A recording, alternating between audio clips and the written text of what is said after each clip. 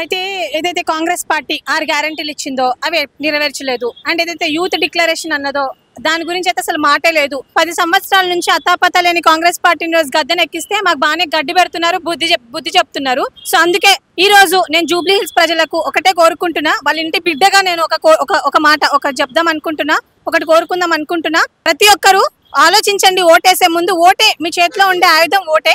అందుకు మీరు ఏం చేయాలంటే ఈ కాంగ్రెస్ పార్టీకి మీరు ఓటేశారనుకోండి, మళ్ళీ మన బతుకులు అంతే ఉంటది.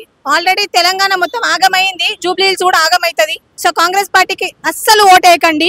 ఎవరైతే కాశీయన్ ఉన్నారో ఆయన చదువుకున్న నిరుద్యోగి ఈ రోజు మీ అందరి కోసం ఇడికి వచ్చాడు అంటే ఒకటే రీజన్ ఏంది, 30 లక్షల మంది నిరుద్యోగులను ఆయన రిప్రజెంట్ చేస్తున్నాడు. ఈ రోజు ఎందుకు రిప్రజెంట్ చేస్తున్నాడు? ఏదైతే కాంగ్రెస్ పార్టీ వల్ల మేము ఎంత మోసపోయినామో అది మేము చెప్పాలనుకుంటున్నాం. ప్రతి ఇంటికెళ్ళి గడపకెళ్ళి మేము చెప్తున్నాం, ఈ రోజు కాంగ్రెస్ పార్టీ వల్లే మాకు ఉద్యోగాలు రాలేదు. ఏవైతే 2 లక్షల ఉద్యోగాలు ఇస్తామని కాంగ్రెస్ పార్టీ ప్రామిస్ చేసిందో ఎటుపోయినాయి ఆ ప్రామిసెస్ అన్ని?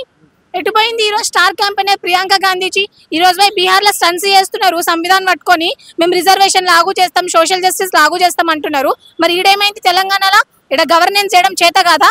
జనాలు చచ్చిపోతున్నారు వరదలు వస్తే, ఇక్కడ జూబ్లీ హిల్స్ లో కూర్చొని వీళ్ళు క్యాంపెయినింగ్ చేసుకుంటారు. అంటే వీళ్ళకి జూబ్లీ హిల్స్ నుంచి వచ్చే పైసలు ముఖ్యమా, లేకపోతే మా ప్రభుత్వం ఈ తెలంగాణలో జనాల గురించి ముఖ్యమా? నేను రేవంత్ రెడ్డి గారికి సూటిగా ఒకటే ప్రశ్న, ఎస్సీ ఎస్టీ బీసీ ఓట్లు కావాలా? ఇవ్వలేదండి. 60,000 ఉద్యోగాలు ఇస్తే ఎంతమంది నిరుద్యోగులు బయటకు ఎందుకు వస్తారు? అదే చెప్తున్నా కదా, మన ఎడ్యుకేషన్ మినిస్టర్ కి ఐక్యూ లేదు. ఐక్యూ ఉంటే బాగుండేదని నాకు అనిపించింది. ఫస్ట్ థింగ్, ఆయన ఇంటెలిజెన్స్ కి కూడా ఎటువంటి ఇన్ఫర్మేషన్ లేదు. ఆయన ఎన్ని ఉద్యోగాలు ఇచ్చిండో కూడా ఆయనకు కూడా తెలియదు. నేను రేవంత్ రెడ్డి గారికి కానివ్వండి, నవీన్ యాదవ్ గారు ఇప్పుడు ప్రచారం చేసుకుంటున్నారు. వాళ్ళ అన్న రాహుల్ గాంధీకి కూడా ఏం చెప్తున్నా అంటే, అశోక్ నగర్ అనేది ఒక ఏరియా ఉంటది, ఆ ఏరియాకి పట్టుకొని రండి, మేము కూడా వస్తాం. మీరు ఎన్ని ఉద్యోగాలు ఇచ్చిరో, ఏ సెక్టార్ లో ఎన్ని ఉద్యోగాలు ఇచ్చిరు అనేది ప్రతిదీ మేము మీకు పిన్ టు పిన్ చెప్తాం. అప్పుడైనా మీకు అక్కలు వస్తుంది, మీరు అప్పుడైనా గుర్తుపెట్టుకుంటారని అనుకుంటున్నాను నేను.